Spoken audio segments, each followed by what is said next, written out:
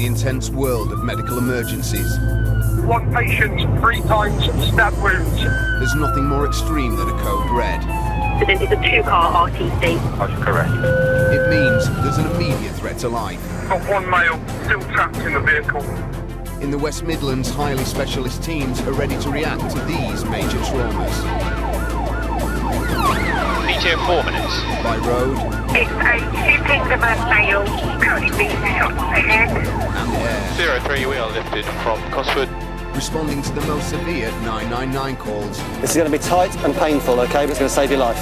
Day and night. All right, well done. From car crashes to stabbings. And he's been hit and stabbed in the head. Here, where time is critical, lives will be saved. Everyone clear? Yep. These emergency doctors and specialist paramedics use cutting-edge trauma techniques in surgery, normally only seen in operating theatres, to save people from almost certain death. I suspect we are going to be cracking open the blood products en route.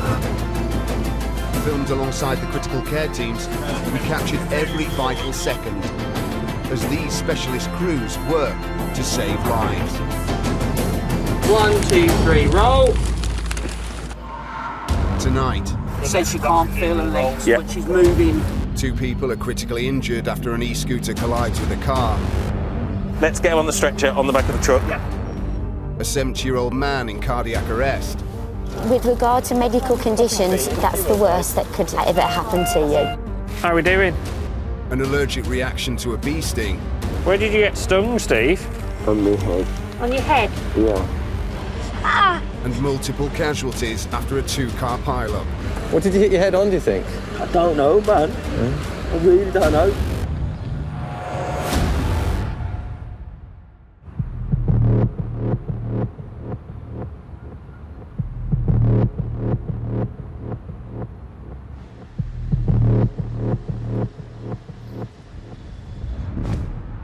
Ambulance service, is the patient breathing?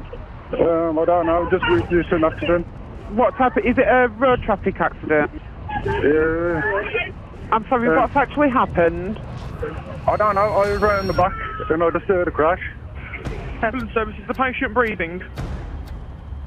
I'm not sure, we just heard the bump and we've gone running down and there's somebody on the floor. Okay, is the patient breathing and awake? I don't know, they've just sent me to run back. Okay, so is it cars? No, it's cars and pedestrians.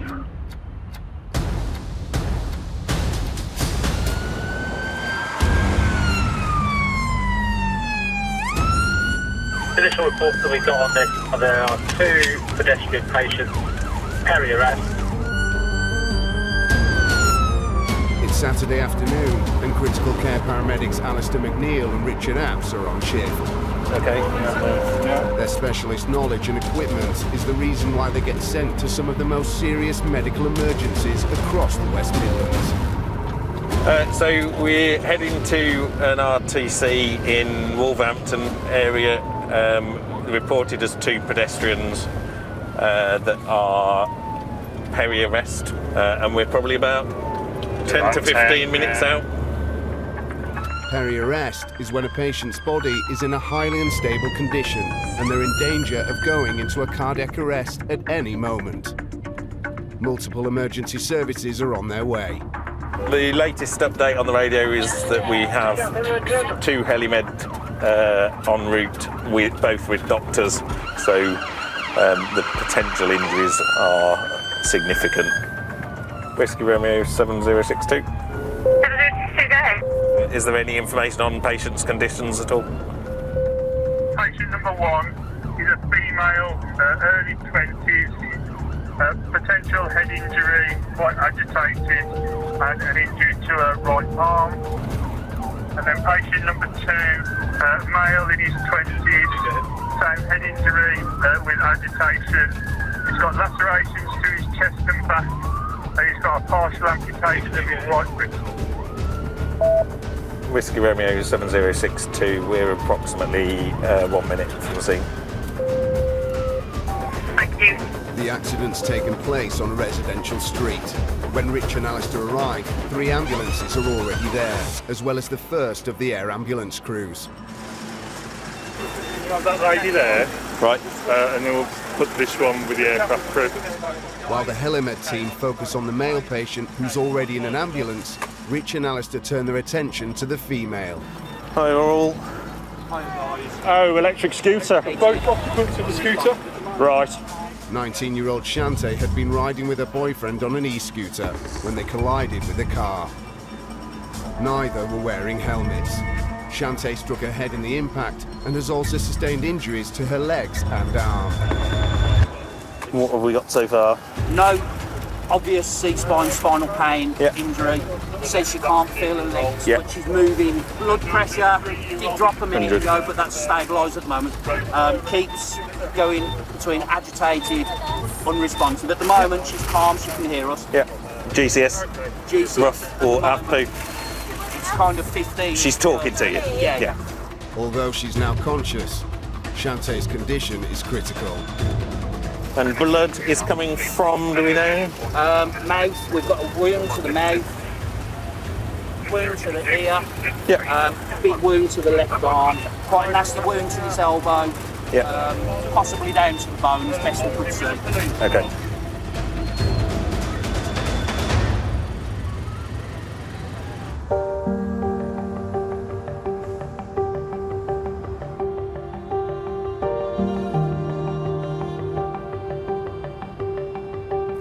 Do we need anything else? 2.5 syringe. One. Yeah. At base, critical care paramedics Kerry Hemus and Faye Pollock are starting their shift and making sure the car is fully stopped, ready for whatever emergency comes their way. So like a pick and mix of drugs, albeit we'd prefer them to be white mice, ice creams, and little fizzy cherries. But they're all good and they're all essential. So we've got some sedation, we carry ketamine, midazolam, and we've got some drugs that will assist in bringing the blood pressure up if required. We can't give all of the drugs in this bag. There are some that are for doctors. It just means that if we get to a case and a doctor responds, we've got the drugs that they may require.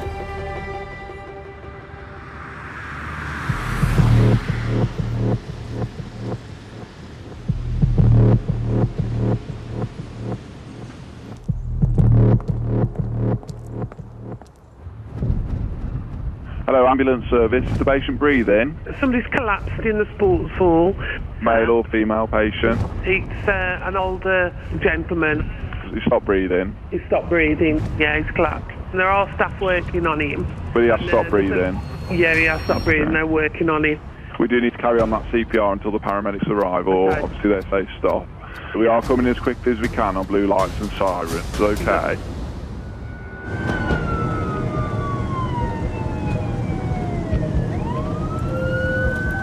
We've had it come through now, thank you. We are going to a leisure centre, to a 70-year-old person who is in cardiac arrest.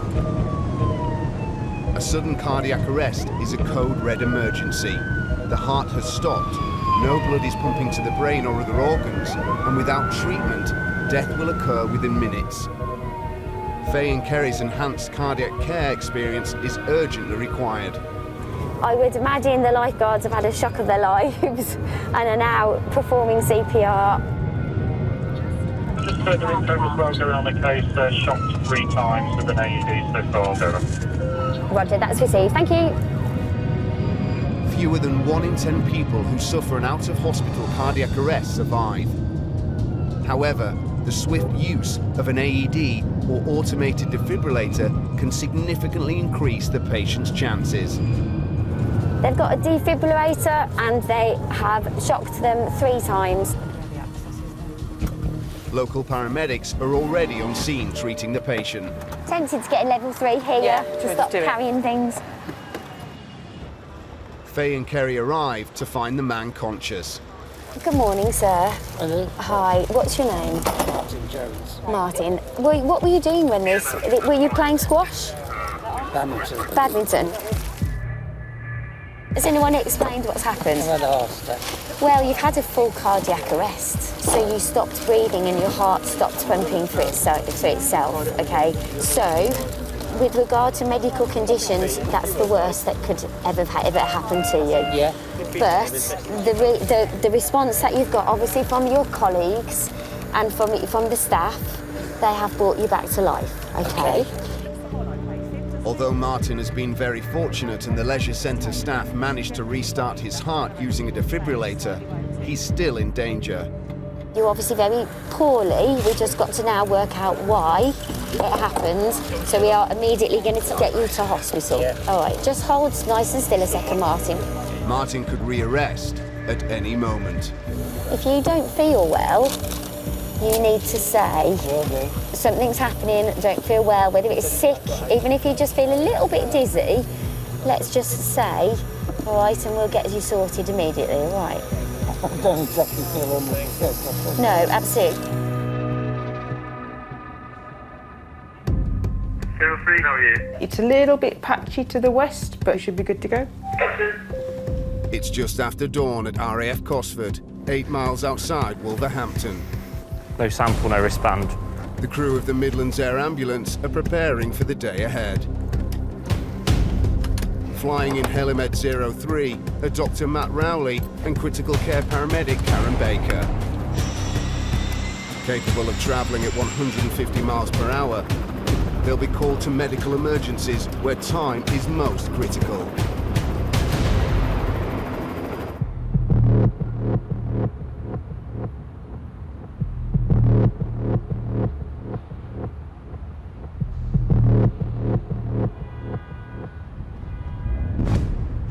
Hello, ambulance service. Is the patient breathing? He is, yes. He's just collapsed. Right, is he conscious? No, he's just fallen into almost like a sleep. Said he's been stung, but he is diabetic. He's outside the front of our shop at the moment. He's been stung? Yeah, he's been stung 5 times. 5 bees, he thinks. How old is he? About just over 60. That has been organised for him, okay.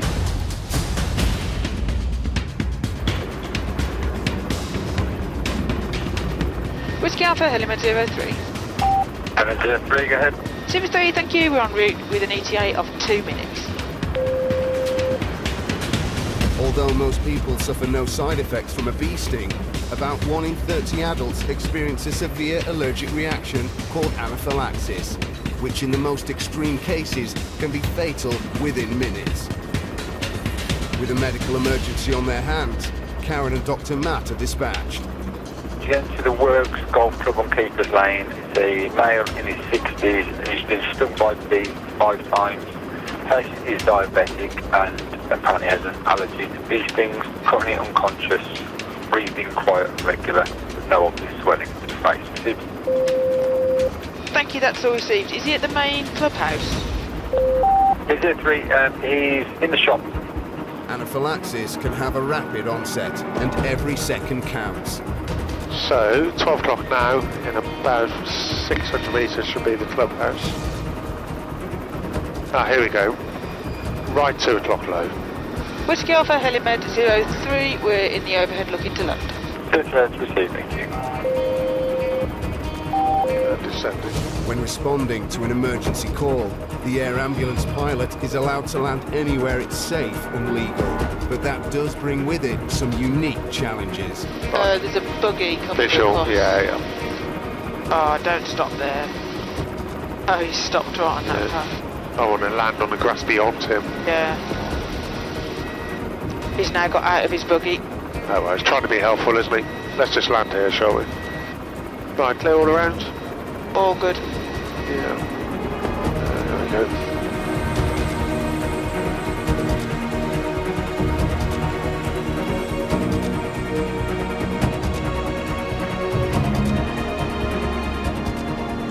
How are you doing? You right? Right. When Karen and Dr. Matt arrive, an ambulance crew is treating the patient. This is Steve, who was stung by bees, came back here and has collapsed. Okay. Apparently he mentioned to somebody that he is allergic to bees. Steve is a groundsman at the club and was tending to a fairway when the swarm of bees struck.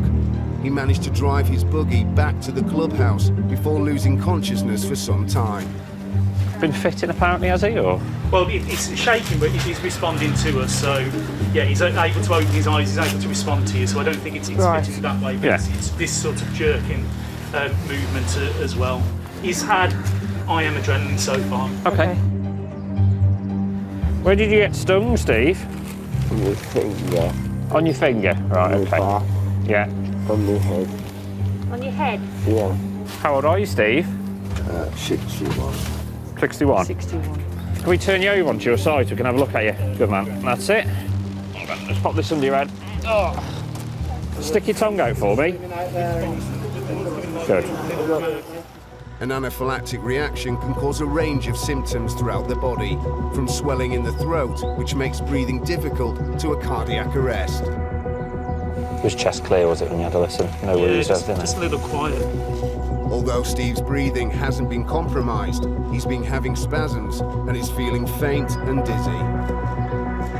So when you've been stung before, Steve, what's happened? You swell up? How long ago was that when you last got stung and you swelled up? Did you end up in hospital? Yeah.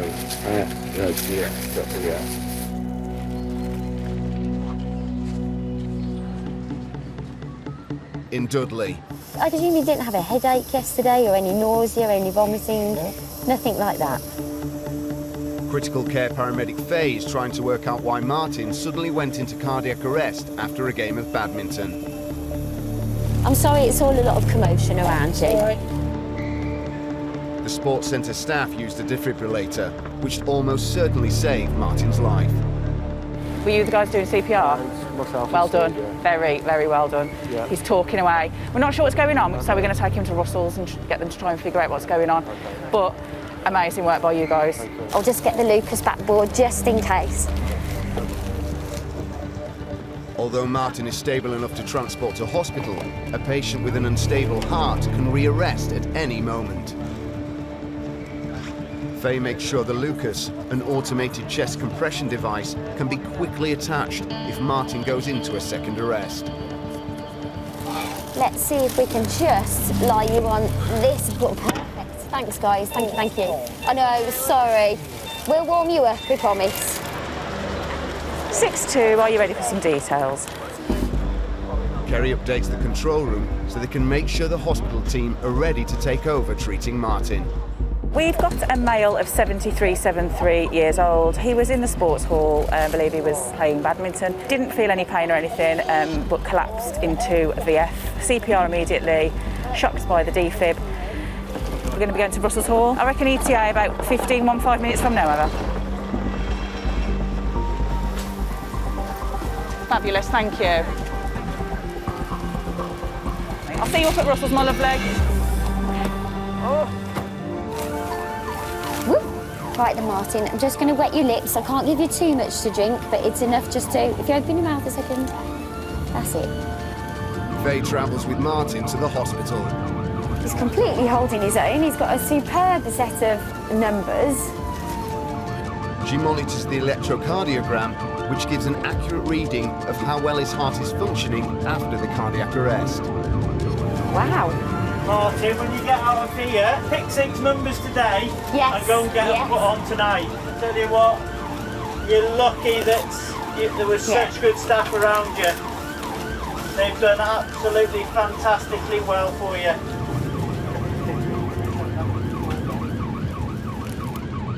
You assure me you're not in any pain? No, my chest feels a little tight. Your chest feels a little tight, okay. Although Martin's readings are strong, the sooner they can get him to hospital, the sooner the team there can try to work out the cause of his cardiac arrest. It might feel as if someone's had their hands on you. I think that's because they were jumping up and down on your chest. And if I was to touch it, does that make the pain any worse? No. Have you had any paracetamol or anything today? No. So we could give him a gram of paracetamol, couldn't we?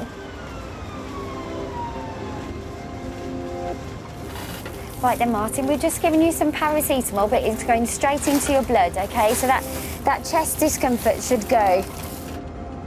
41 minutes after his cardiac arrest, Faye hands her patient safely into the care of waiting hospital specialists. For Martin, it's been a lucky escape. What saved Martin's life was the lifeguards and the staff at that leisure centre who've all been trained in CPR and the use of the defibrillator. His heart had stopped and he wasn't breathing, so left unaided, Martin would have died. So if it wasn't for the actions of the people on the scene, it could be a very, very different story for Martin.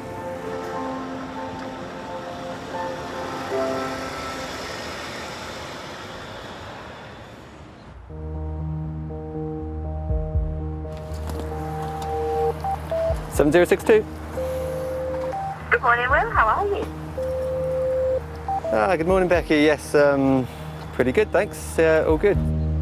Back at base, critical care paramedic Will Meadows is signing on for shift. Just doing some final kit checks on the car, and then we'll be good to go. Are you with anybody today? I am. I'm with Jethro Bartle. Have a good morning, and we'll speak to you later. Thanks, mate. Hopefully we'll get to make someone's day a bit better today. If they're having a bad day, we'll try and make it a bit better.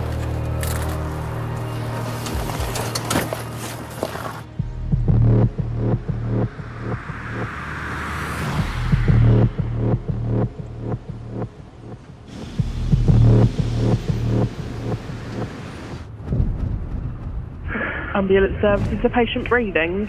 I don't know, it's just been a big car crash. And how many cars are involved? 2. Somebody is injured on the floor. Okay. Somebody's got a head injury. I don't know if anybody in the other car. I have arranged the ambulance, so not to worry.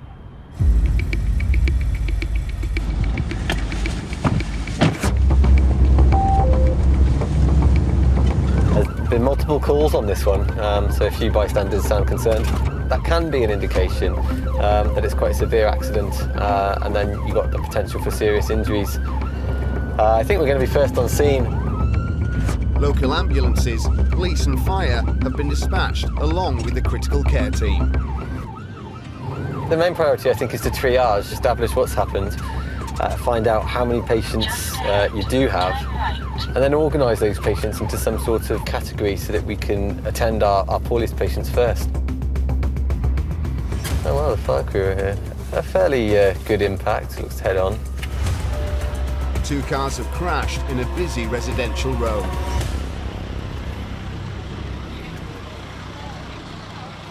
Jethro, would you mind giving a quick sort of windscreen report? Is that all right? Hiya, nice. The fire and rescue service have made an initial assessment. Their commander briefs Will on the casualties. One man. Yeah. Head injuries. Yeah. One lady over there. Okay. Ankle injury. Okay. One more. Hello, sir. Over there. Small laceration, side of dead. Okay. He was the driver of that one. Okay. These 2 were in the silver car. Okay. Will needs to prioritise the most severely injured. Hello, sir. Got a good head injury there. First Anthony, who was a front seat passenger. Did you have your seatbelt on? Yeah. Did you have did your airbags go off? Yeah. Yeah? Are you knocked out at all? No. No? And you got any pain anywhere? Yeah. Whereabouts? My neck. Your neck? Okay. Anthony and his partner Jade were just nipping out to get their kids some tea. As they pulled out from their parking spot, they were hit by an oncoming car. Which direction were you facing? That way. You're facing that way? In which car? In this Fiesta. In that Fiesta? So it's turned you around? Yeah. Yeah, okay. The driver of the other car has declined medical assessment. So Jethro tends to Jade. As the adrenaline wears off, you might feel a little bit sick. That's perfectly normal, don't worry about that. Despite being in severe pain, she managed to drag herself out of the car and back to her front door. Is this leg any worse? Yeah. But you can feel down here? I feel you touching it, yeah. Okay, I'm not going to move your leg unnecessarily. Wiggle your toes. Is that painful? Yeah. Really? Is that normally painful? No.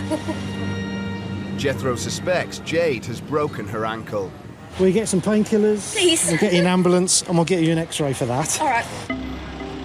For this, a good starting point is what we call Entonox. It just takes the edge off. Entonox is a mixture of oxygen and nitrous oxide that should relax Jade as well as dull her pain. Now, this might make your voice a little bit funny. Yep. It might make you feel a bit lightheaded. Okay. You get those side effects quite quickly. But Jade needs to take a good few breaths to get the benefit. Let's swap this to that side. Oh, you've touched it. Sorry. Did I? Yeah, you did. Your wire touched sorry. it. Just And that then the wire touched it. touched it, yeah. Sorry. Mate, I'm just going to have a little feel of your neck here. I can see you're holding it just here. Is that where it's hurting, is it? Yeah? Okay, mate. Injuries sustained in RTCs aren't always immediately obvious because of the force involved. It's important to rule out anything life-threatening. So it's tender on the right-hand side there. Will needs to be sure that Anthony's head injury isn't more serious than a flesh wound, because a sudden blow to the head can lead to dangerous swelling of the brain. What did you hit your head on, do you think? I don't know, man.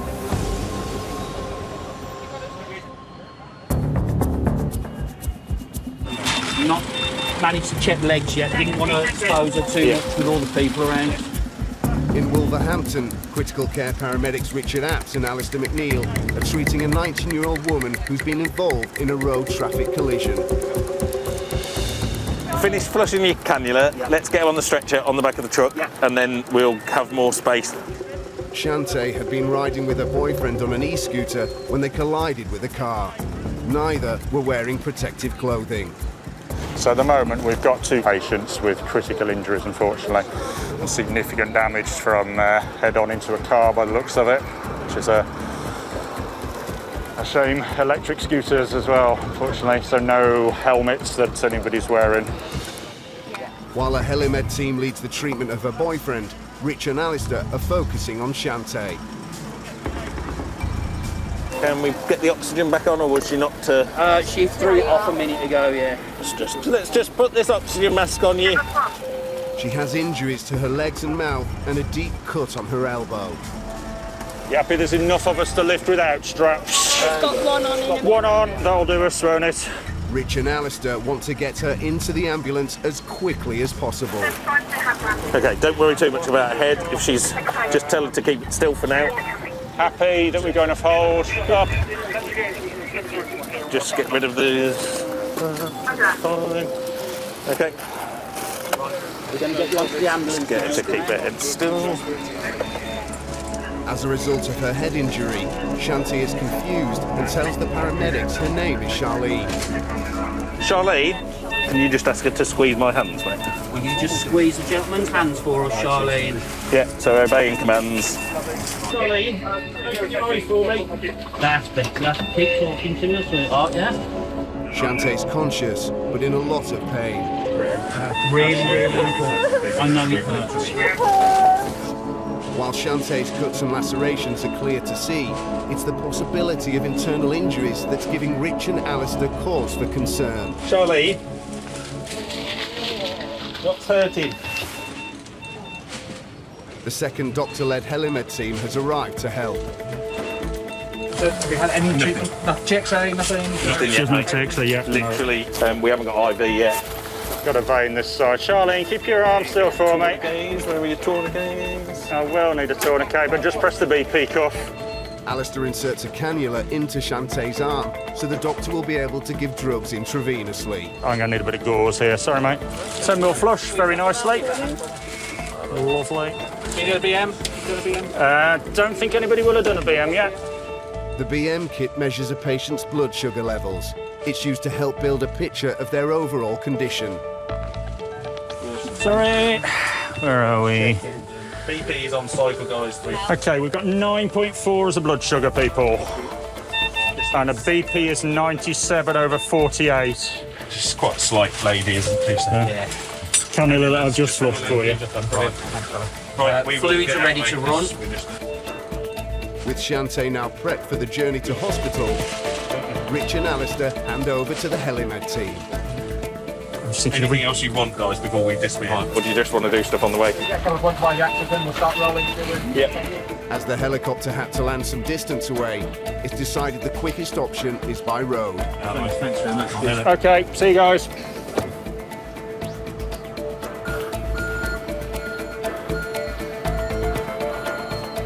Can you clear out of the way of the entrance, because we're going to reverse in there, guys? Shante and her boyfriend will be taken to the major trauma centre at Birmingham's Queen Elizabeth Hospital, where a specialist team is on standby to treat their injuries.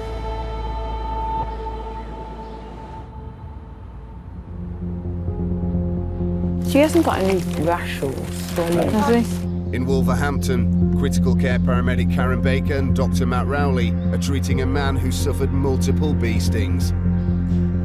No tongue swelling, no.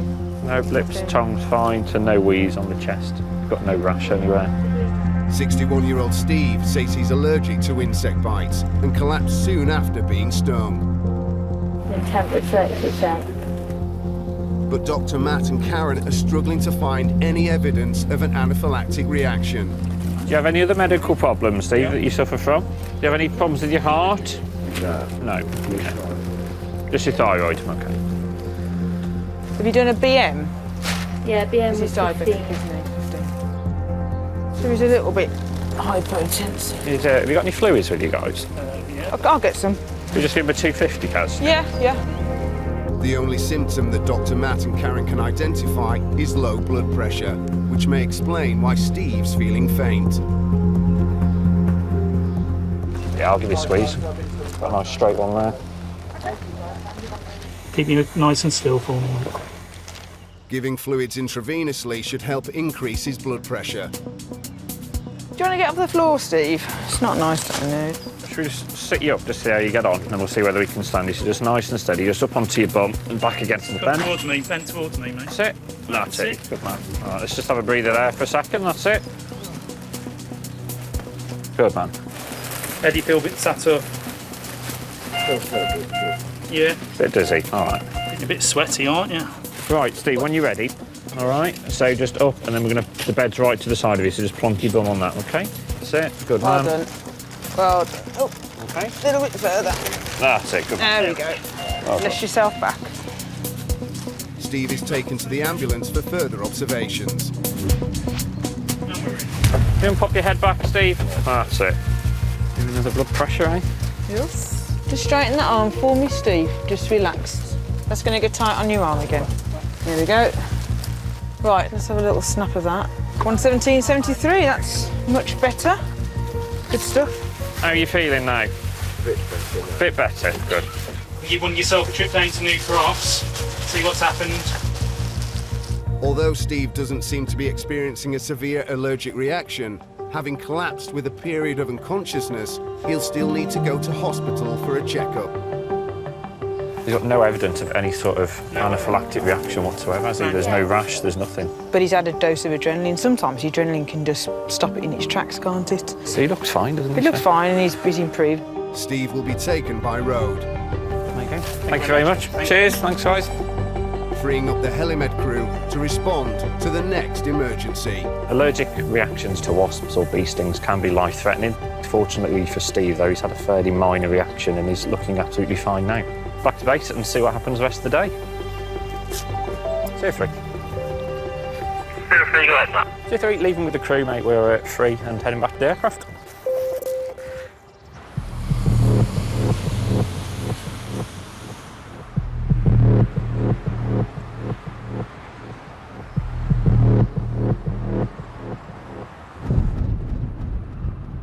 Ambulance services, patient breathing. They are, yes. What's the reason for the call? Lady's just had an asthma attack. And was she struggling desperately for every breath when you spoke to her? She has pulled the emergency alarm. She says she's taken her inhaler. There's got to be a reason she's pulled the alarm, so I thought it was best to get somebody out to check on her. Yeah, sure.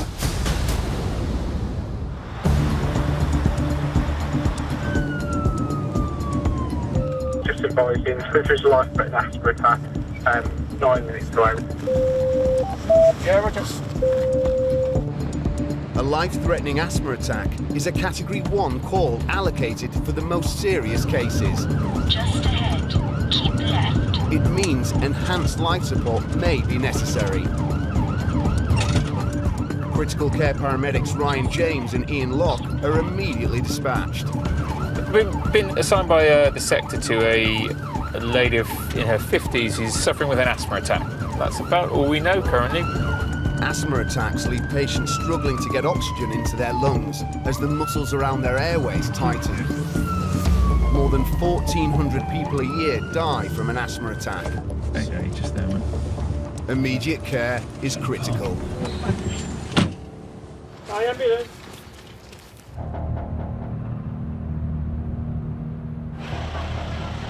In Blackheath, the critical care team, Will Meadows and Jethro Bartle, are treating Jade and Anthony, who have been injured in a two-car smash. No pain down here where I'm pressing? No, that's all right. Okay, all right. And you're not feeling like pins and needles or anything like that anywhere? Yeah. Pins and needles could mean nerve or spinal damage. Anthony is able to stand, which is promising. I want you to just very slowly just turn your head over to the left, okay? Just keep your body nice and straight. Turn your head over to the left. But Will must assess his range of movement to be sure. Where's it hurting? It's pulling on the side there. Okay, all right. So, I mean, my advice, mates, for now is just to keep it nice and straight, nice and still. I'm not too worried about any sort of spinal damage, but yeah, we do need to get your head wound looked at. Anthony's injury will need further investigation at hospital to rule out possible brain trauma. Do you mind if I take a picture of your head wound? Before he dresses it, Will sends a photo to the hospital medics so they can assess the wound before he arrives. So what we'll do, mate, I'm just going to try and push the skin back down to where it should be, and then we'll put a bandage over it to try and keep any nasties out of there. Oh, that's perfect. Yeah, it is good, mate. Just tell me if it hurts, okay? Yeah, sorry, buddy. I'm going to pop this on. So if you hold that there, buddy. Thank you. Not too tight though, bud. Yeah, sure. I think we're looking all right. That's certainly going to stop the blood drifting down, and it's going to protect that wound from getting infected, okay? Anthony's wound is under control. But his partner Jade's pain is not. She has a suspected broken ankle, which needs an X-ray. Despite the Entonox, she is still in significant discomfort. What I'd like to do is find a vein, pop a needle and give you some paracetamol. Intravenous paracetamol is a more powerful pain reliever.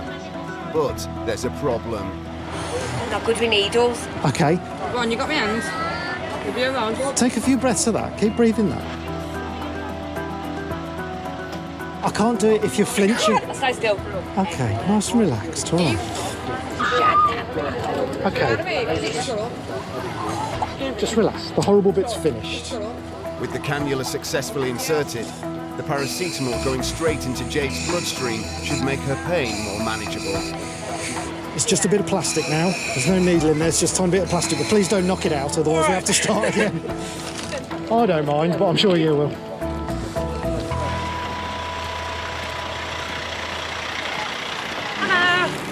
Oh, hi, guys. The ambulance crew arrived to take the couple to hospital. Now dosed with additional pain relief, the paramedics can start the delicate task of getting Jade on the stretcher. First, they must secure her ankle. We need your foot in that, that's the story. They use a vacuum splint. We're going to put it around your ankle and suck all the air out so it goes nice and stiff. Keeping weight off the ankle is critical.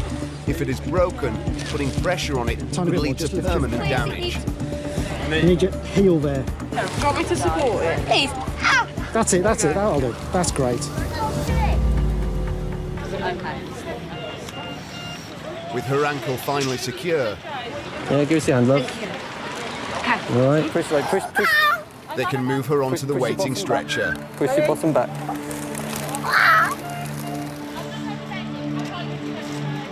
With both Anthony and Jade stable, Will and Jethro leave them in the hands of the ambulance crew and prepare themselves for the next critical care call-out.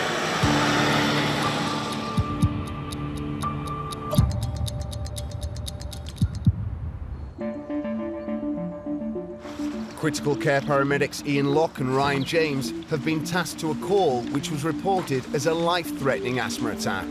Hello. Who are we here for today? Who here for you, is it? Heather, my name's Ian. Hello. This is Ryan. Hi, Heather. How can we help today? What's the problem? I've suffered with asthma. Yeah. Okay. And I've had asthma for years now. Okay. Heather was walking back from the shops when the asthma attack came on. She managed to get home and call for help. And I'm not so bad now, because Okay. I'm down. Have you taken your puffer as Yes, well? I'm taking Okay. the puffer. All right. So it's now 12:30. When did this sort of start today, Heather? How long ago? I'm just when I come back. Okay. And have you taken your puffer as well? Yes. Yeah? Okay. Heather's inhaler seems to have calmed her attack. It contains medicine to relax the muscles in the airways and make breathing easier. Is this young lady related to you? Yes, it's my mum. How does she look to you? How does she a normal colour? Does she look relaxed? She looks all right, but she's been very poorly. Okay, all right. Am I all right to pop this on your finger? Yes, of course. Ian needs to make sure she's getting enough oxygen. Low oxygen levels can interfere with heart and brain function.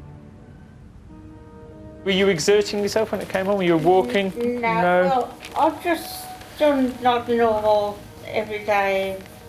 Yeah. You know, what I normally do. Okay, all right. So it's just come on a bit short notice. Made you a bit short of breath. Yes. You've sat down and relaxed, Yes, taken your puff, and it seems to have eased a bit, yeah? Although it's good that the inhaler has made such a difference, asthma attacks out of the blue are a worrying sign that the condition may have worsened and isn't being properly managed. You don't look like you're gasping for breath, but we'll give you a bit of an MOT and make sure there's nothing underlying. So have you had to go and see your GP at all recently? Any health issues, anything happening? No chest infections, coughs, colds or anything? Brilliant. We'll do your blood pressure as well while we're here. Asthma attacks are incredibly frightening for sufferers, as the breaths they can take get shorter and shorter as the muscles around their airway tighten up. Just relax this arm as much as you can, okay? Try not to tense up, that's just going to squeeze it. Keeping Heather calm and relaxed is key. So look at that. Gold standard blood pressure, that. Lovely. 126/80. So at the minute, everything looks quite good. So I don't think there's any real active treatment that we need to do. Heather doesn't need to go to hospital, but given her existing conditions and the fact that the original call was so serious, Ian has to be sure he isn't missing anything. Just because I'm going to leave you here, I'm just going to do a 12 lead, so it just has a bit of a better look at your heart, just to make sure there's nothing underlying. A 12 lead is another name for an electrocardiogram, which screens the electrical rhythms of the heart. Excellent, that's all fine. And all the results are pointing in the right direction. So how do you feel now? Okay, be a bit more reassured. I think the best thing is you just to try and relax, chill out for today. It's our fish and chip supper tonight. Is it? Oh, fish and chips. Friday, isn't it? Well, it's Fridays, yeah, but I say fish and chip Friday. What's good about what's happened today potentially is because you've used your own inhaler, it gives you the confidence that your inhaler does work and it is helping you. And the key thing is to do it early. Sit down, because that drops the stress. That's right. And if you think you're wheezing away, take your inhaler. We'll take everything off, we'll pack stuff away, and then what we'll do is we'll just leave you in peace to chill out for the afternoon and look forward to your fish supper. Do you want me to move that back for you? Everyone's got a place for things, haven't they? Yes. Oh, that's lovely, thank you. Right, ladies. I'll bring your walker back to you as well. Take care, ladies. Thankfully, this call didn't require any enhanced life-saving skills, but it could easily have. Asthma is, at its extreme, a life-threatening condition and needs prompt and emergency treatment. The real sharp end of asthma is life-threatening or can unfortunately result in death. So it is something that we need to take serious, and that's why it's got a very high category.